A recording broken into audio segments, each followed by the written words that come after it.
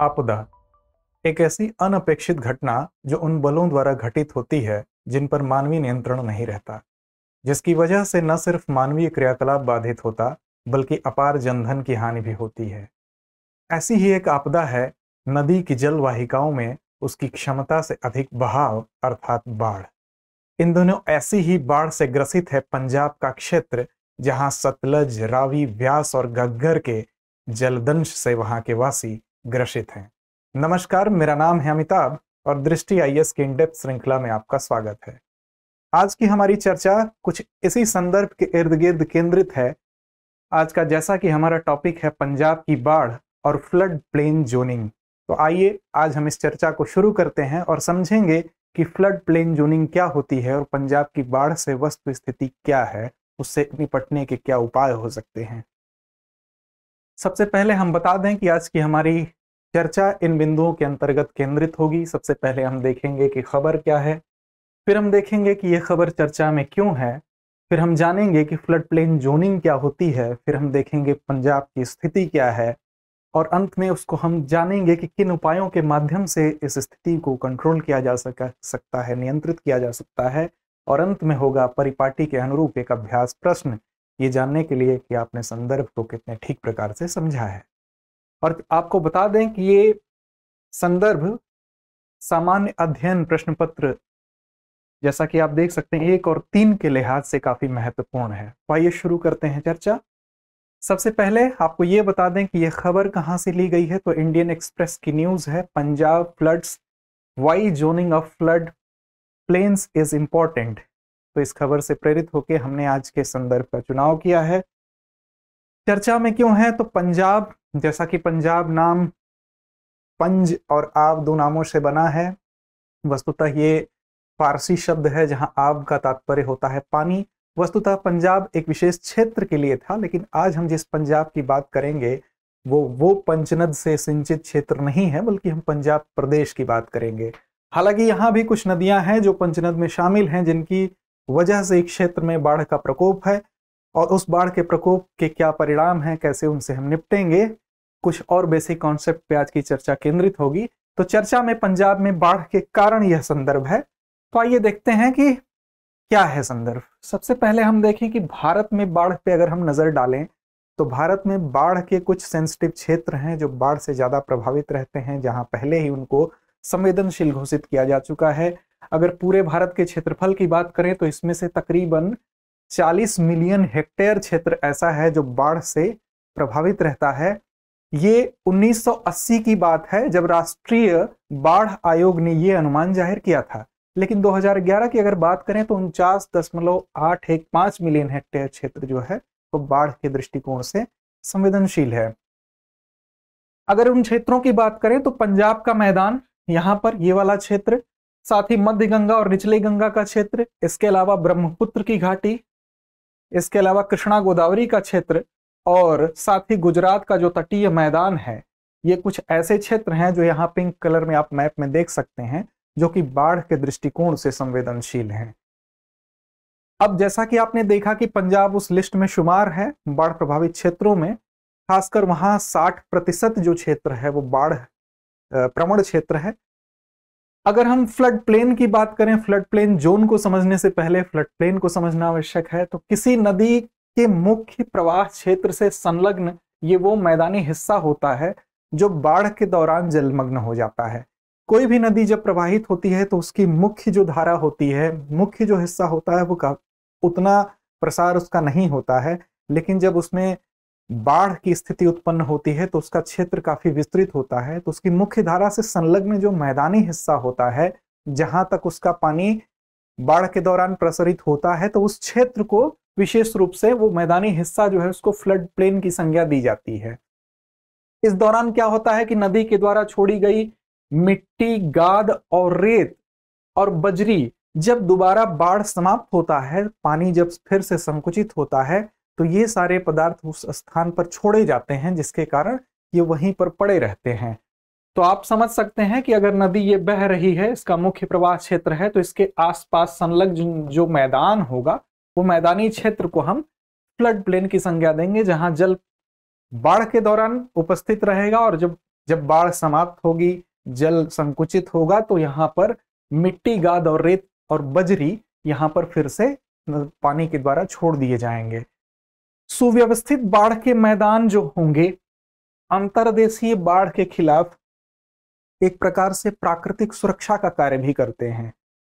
कैसे करते हैं वो आपको बताया जाएगा। साथ ही ये भूजल पुनर्भरण और भौम जल स्तर को भी बनाए रखने में भूमिका निभाते हैं। लेकिन कब निभाएंगे? जब इन मैदानों का प्रबंधन ठीक प्रकार से हो, अर्थात इन मैदानों में किसी भी प्रकार के अनर्गल निर्माण को न किया जाए, यहां पर किसी प्रकार का अतिक्रमण न किया जाए। तब ऐसी कंडीशन में क्या होगा कि भूजल पुनर्भरण और भौम जल स्तर को ये मेंटेन रखेगा। लेकिन अगर यहाँ पर कुप्रबंध होगा, ये अनियंत्रित निर्माण से मुक्त नहीं होगा, तो इस क्षेत्र में ये इसकी गुणवत्ता समाप्त हो जाएगी। इसलिए इन मैदानों का फ्लड प्लेन का बड़ा योगदान है, तो इसलिए इनको व्यवस्थित रखना आवश्यक होता है। फ्लड प्लेन जोनिंग की बात हम करेंगे। वस्तुतः फ्लड प्लेन जोनिंग क्या है? अगर फ्लड प्लेन जोनिंग की बात करें तो फ्लड प्लेन अर्थात जो बाढ़ का मैदान है, वहां पर जब कभी भी अतिक्रमण होगा तो उस अतिक्रमण को रोकने के लिए, ताकि नदी का जल काफी भयावह रूप न धारण कर सके, उन मैदानों से इतर वो स्थान ढूंढ के वहां पर अपनी भयावहता प्रदर्शित करने न जाए, इसलिए इस क्षेत्र में प्रबंधन का काफी ठीक ढंग से हमको उपयोग करना होगा। इसीलिए बाढ़ का प्रबंधन का एक प्रभावी उपाय है फ्लड प्लेन जोनिंग। खासकर 2008 में राष्ट्रीय आपदा प्रबंधन प्राधिकरण ने एक गैर संरचनात्मक उपाय के रूप में फ्लड जोनिंग के लिए राज्यों को निर्देश जारी किया था। तब से यह कॉन्सेप्ट हमको देखने को मिलता है। बाढ़ के मैदानों में भूमि के उपयोग को रेगुलेट या विनियमित करना। जो बाढ़ का मैदान है वहां का भूमि जो है, उस भूमि का उपयोग किस प्रकार होगा, इसको विनियमित करने के लिए ये जोन बनाए गए। अलग अलग क्षेत्रों में उसका बंटवारा किया गया कि कौन सा संवेदनशील है, जहां पर कुछ कार्य किए जा सकते हैं, और कौन सा संवेदनशील नहीं है। बाढ़ के मैदान के क्षेत्र को अलग अलग क्षेत्र में विभाजित किया गया, जिनमें से प्रत्येक पर विशिष्ट प्रतिबंध, जो ज्यादा संवेदनशील क्षेत्र होगा वहां पर कुछ प्रतिबंध लगाए जाएंगे, और जहां पर थोड़ी बहुत अनुमति दी जा सकती है तो कुछ अनुमति के उपरांत इसका उपयोग किया जा सकेगा। अब इन जोनिंग के आधार पर इसके विभाजन की 3 श्रेणियां हैं जो आप देख सकते हैं। सबसे पहले उच्च जोखिम क्षेत्र है। उच्च जोखिम क्षेत्र जहां पर नाम से ही स्पष्ट है, जोखिम ज्यादा हो, तो जो जल स्रोतों के सबसे निकट होगा वहां जोखिम सबसे ज्यादा होगा। तो यहां पर जो जल स्रोत के ठीक पास होगा, ऐसे में यहां पर बार बार गंभीर बाढ़ का आने का खतरा होगा। तो ऐसी जगहों पर जहां पर ज्यादा खतरा होगा, तो जीवन और संपत्ति की सुरक्षा के लिए इस दृष्टिकोण से वहां पर किसी भी निर्माण को प्रतिबंधित कर दिया गया है। दूसरा क्षेत्र जो है वो मध्यम जोखिम क्षेत्र है। मध्यम जोखिम क्षेत्र में उच्च जोखिम क्षेत्र की अपेक्षा थोड़ी सी खतरे की स्थिति कम होगी। तो यहां पर कम बार, मतलब पुनरावृत्ति बाढ़ की कम होने की संभावना होगी। गंभीर बाढ़ आएगी, लेकिन प्रथम श्रेणी के तुलना में यहां पर पुनरावृत्ति कम होगी, लेकिन गंभीर बाढ़ का प्रकोप यहां भी होगा। तो यहां पर कुछ आंशिक छूट दी जाएगी और ऊंचाई और डिजाइन शर्तों के साथ निर्माण की अनुमति दी जाएगी। अर्थात कुछ ऊंचाई निर्धारित कर दी जाएगी और डिजाइन कुछ विशेष प्रकार की आपको निर्दिष्ट कर दी जाएगी कि इस प्रकार का भवन आप बना सकते हैं, स्थायी निर्माण नहीं कर सकते हैं। उस आंशिक संशोधनों के साथ यहां पर कुछ संरचनात्मक ढांचा खड़ा करने की आपको अनुमति मिल सकती है। यह द्वितीय श्रेणी है। और तृतीय श्रेणी जो है वो निम्न जोखिम क्षेत्र है, जहां पर बाढ़ का खतरा काफी कम है, लेकिन यहां पर जहां खतरा कम होगा तो यहां विशिष्ट सुरक्षा केंद्रित दिशा निर्देशों के तहत विकास गतिविधियों की अनुमति दे दी जाएगी। अर्थात यहां पर विकास की गतिविधियां भी की जा सकती हैं, लेकिन साथ ही उनको ये निर्देश होगा कि विशेष परिस्थितियों में आप इस गाइडलाइन का पालन करेंगे। तो इस तरह से ये श्रेणीवार जो विभाजन है, इसी के आधार पर फ्लड प्लेन जोनिंग को अलग अलग परिक्षेत्रों में विभाजित किया गया। अब क्या ऐसी स्थिति हो गई कि पंजाब में बाढ़ की भयावह स्थिति देखने को मिल रही है? वस्तुतः यही फ्लड प्लेन जोन जो होता है, यही मैदानी क्षेत्र जहां पर जल प्रवाहित होने के अलावा जब बाढ़ की स्थिति होती है तो इनमें वो जल समाहित हो सकता है आसानी से। जब उसमें अतिक्रमण होगा तो इस प्रकार के संकट की स्थिति उत्पन्न होगी। पंजाब की स्थिति में कुछ ऐसा ही हुआ है। पंजाब में कोई जोनिंग नहीं है किसी भी प्रकार का, और वहां पर जो नदियां प्रवाहित हो रही हैं, चाहे वो सतलज है, ब्यास है, रावी है, घग्गर है, जिनका पानी पंजाब को प्रभावित कर रहा है, तो वो जिन मैदानी क्षेत्रों से होकर वो पानी गुजरता है, उन क्षेत्रों पर काफी अतिक्रमण कर दिया गया। और इसका परिणाम यह हुआ कि हालांकि पंजाब का 60% हिस्सा बाढ़ प्रवण है, लेकिन इन मैदानों में ऐसा कुप्रबंधन हुआ, इन मैदानों में ऐसा अतिक्रमण हुआ कि हमें इस प्रकार की भयावह स्थिति देखने को मिल रही है। अब जिन मैदानों में जल के लिए स्थान है, उन मैदानों का हमने कंक्रीटीकरण कर दिया, कंक्रीट के महल खड़े कर दिए हमने। साथ ही वहां पर हमने ऐसा करके उन मैदानों के हेल्थ को, मैदानों के स्वास्थ्य को हमने खराब किया, जो मैदान नदी के जल के लिए थे। ऐसा होने से क्या होगा कि पानी का ठहराव वहां पर अधिक समय तक होगा। अब जो पानी बाढ़ के एक निश्चित समय अंतराल पर वहां रुकता और फिर चला जाता, उसका समय अब बढ़ गया। अब वो काफी लंबे समय तक वहां ठहरेगा, और ऐसे में उस भूमि की गुणवत्ता प्रभावित होगी, उसकी उर्वरा शक्ति पर प्रभाव पड़ेगा, और साथ ही लंबे समय तक पानी ठहर के जब कहीं निकलने में उसको अधिक समय लगता है, तो वहां रोग व्याधि की संभावना भी बढ़ जाती है।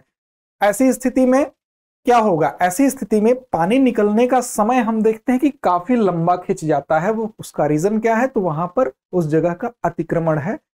ये स्थिति पंजाब में हमें देखने को मिल रही है। आगे अगर हम बात करें इसके क्या उपाय हो सकते हैं, क्या ऐसा हम उपाय करें, कौन सी ऐसी युक्ति करें जिससे हम इससे निजात पा सकते हैं? सबसे महत्वपूर्ण चीज ये है कि प्रभावी प्रबंधन हेतु बाढ़ के मैदानों की पहले पहचान की जाए। पहले हम जान लें कि ये बाढ़ का वो मैदान है जहां पर हमें अतिक्रमण नहीं करना है। लेकिन ये पहचान कौन करेगा? प्रश्न ये है। ये पहचान हम आप नहीं कर सकते हैं, ये पहचान विशेषज्ञ के माध्यम से किया जाएगा। और जब विशेषज्ञ आएंगे तो विशेष स्थलाकृति के आधार पर ऐसे स्थानों को चिन्हित करेंगे। उन विशेष स्थलाकृतियों में जैसे ऑक्सबो झील, ऑक्सबो झील जिसको गोखुर झील के नाम से भी जाना जाता है। गोखुर झील वस्तुतः एक संरचना होती है, जब नदियां पहाड़ों से उतरती हैं और मैदानों में आती हैं तो विसर्पी हो जाती हैं, और नदियों का बहाव क्षेत्र कुछ इस प्रकार से हो जाता है। ऐसे बहाव क्षेत्र में कई बार क्या होता है कि नदियां जब ज्यादा घुमाव का ऐसे अनुकरण करती हैं तो कई बार उनका रास्ता परिवर्तित हो जाता है और डायरेक्ट ऐसे बहने लगेंगी, तो ये एरिया इससे कट जाएगा। यहां से ऐसे मान लीजिए बहाव क्षेत्र होगा और ये एरिया इसका कट गया, तो ये निर्माण हो गया गोखुर झील का। तो इस प्रकार की जो ऑक्सबो झीलें हैं और कुछ ऐसी ही विशेष संरचनाएं हैं, उसके आधार पर उन स्थलाकृतियों को चिन्हित किया जाएगा जो कि बाढ़ के मैदानों के अंतर्गत आती हैं। उसके हिसाब से कुछ पहले से भी निर्देश जारी किए गए हैं। उनका अनुपालन करने के साथ हम इनसे बचाव कर सकते हैं। जैसे एनजीटी ने कुछ मानक निर्देश दिए थे, उसने दिए थे कि नदी के केंद्रीय स्तर से 500 मीटर तक नो कंस्ट्रक्शन जोन होगा। नदी का जो भी केंद्रीय बहाव तंत्र है, जो मेन हिस्सा है, उससे 500 मीटर तक की दूरी पर किसी भी तरह के निर्माण कार्य को वर्जित किया गया था एनजीटी के द्वारा। हालांकि इसका कुछ कुछ जगहों पर फिर से अनुपालन किया जा रहा है। साथ ही जिन स्थानों पर 10 वर्षों की आवृत्ति, 10 वर्षों की आवृत्ति का तात्पर्य है जैसे 10 वर्षों में जिन स्थानों पर बाढ़ की आवृत्ति है, 10 वर्षों में वहां तक जल पहुंच रहा है, ऐसे स्थानों पर पार्क, उद्यान या हरित क्षेत्र, इसमें इनको कन्वर्ट किया जाएगा। इसलिए किया जाएगा कि अगर इन स्थानों पर ये हरित क्षेत्र होंगे, कोई स्थायी निर्माण नहीं होगा, तो जनधन की हानि नहीं होगी, उससे हम बच सकते हैं, क्योंकि ये हर 10 वर्ष बाद होने वाली एक संभावित घटना है। खास करके जो महत्वपूर्ण स्थल होते हैं जिनसे आम जनजीवन प्रभावित होता है, जैसे अस्पताल है, जैसे रक्षा का कोई हमारा ऑफिस है, रक्षा तंत्र का है, साथ ही कोई पावर स्टेशन है, उड्डयन से संबंधित कोई केंद्र है, या ट्रांसपोर्टेशन के अन्य केंद्र हुए, इस तरह के जो महत्वपूर्ण स्थल हैं, उन महत्वपूर्ण स्थलों को ऐसी जगह बनाया जाए जहां पर इसकी आवृत्ति 100 वर्ष या उससे अधिक हो। तो ये दूसरी सावधानी है जो बरतनी चाहिए। सारे महत्वपूर्ण स्थानों को 100 वर्षों या उससे ज्यादा की आवृत्ति वाले जगहों पर बनाया जाए। साथ ही केवल निर्देशों से कार्य नहीं चलेगा, बल्कि उनके अनुपालन को यहां पर ध्यान में रखना अत्यंत आवश्यक है। क्रियान्वयन पर जब तक बल नहीं दिया जाएगा तब तक इस चीज से निजात नहीं पाई जा सकती। अगर हम बात करें तो मणिपुर, पूर्ववर्ती जम्मू कश्मीर, राजस्थान, उत्तराखंड सहित केवल 4 राज्य ऐसे हैं जो सैद्धांतिक रूप से जोनिंग को अपनाए हैं। इसके अलावा तो अपनाया भी नहीं गया है। लेकिन जो भी राज्यों ने इसको अपनाया है, केवल इस सिद्धांत को अपनाने से कुछ नहीं होगा, उसका क्रियान्वयन करना होगा और उसके संदर्भ में ठोस रणनीति को अमली जामा पहनाना होगा। ये बात जब तक ध्यान नहीं रखेंगे तब तक इस समस्या से निजात नहीं पाई जा सकती। उम्मीद है आपको आज का संदर्भ समझ आया होगा। तो परिपाटी के अनुरूप हम चलते हैं आज के अभ्यास प्रश्न पर। निम्न कथनों पर विचार करें। राजस्थान और उत्तराखंड ने फ्लड जोनिंग को अपनाया है, पहला कथन है। और दूसरा है हरित क्षेत्र 100 वर्षों की आवृत्ति वाले बाढ़ क्षेत्र में आरक्षित किए गए हैं। इनमें से कौन सा या कौन से कथन सत्य हैं या है? केवल एक, केवल दो, दोनों, उपयुक्त में से कोई नहीं। तो आपको कमेंट बॉक्स में इस प्रश्न का उत्तर देना है ताकि ये समझ सके हम कि आपने इस संदर्भ को कितने ठीक ढंग से समझा। और चलते चलते एक चीज और आपको हम बताते चलें कि हमारे कुछ अन्य कार्यक्रम हैं। इन डेप्थ जो श्रृंखला आप देख रहे हैं वो, इसके अलावा इन फोकस हमारा एक कार्यक्रम है और इसके अलावा एक अन्य कार्यक्रम इन न्यूज है। दृष्टि श्रृंखला में इन कार्यक्रमों के माध्यम से भी आप अपने ज्ञान में वृद्धि कर सकते हैं। उम्मीद है आज का सेशन आपको अच्छा लगा होगा। पढ़ते रहिए, अपने लक्ष्य की ओर बढ़ते रहिए। धन्यवाद।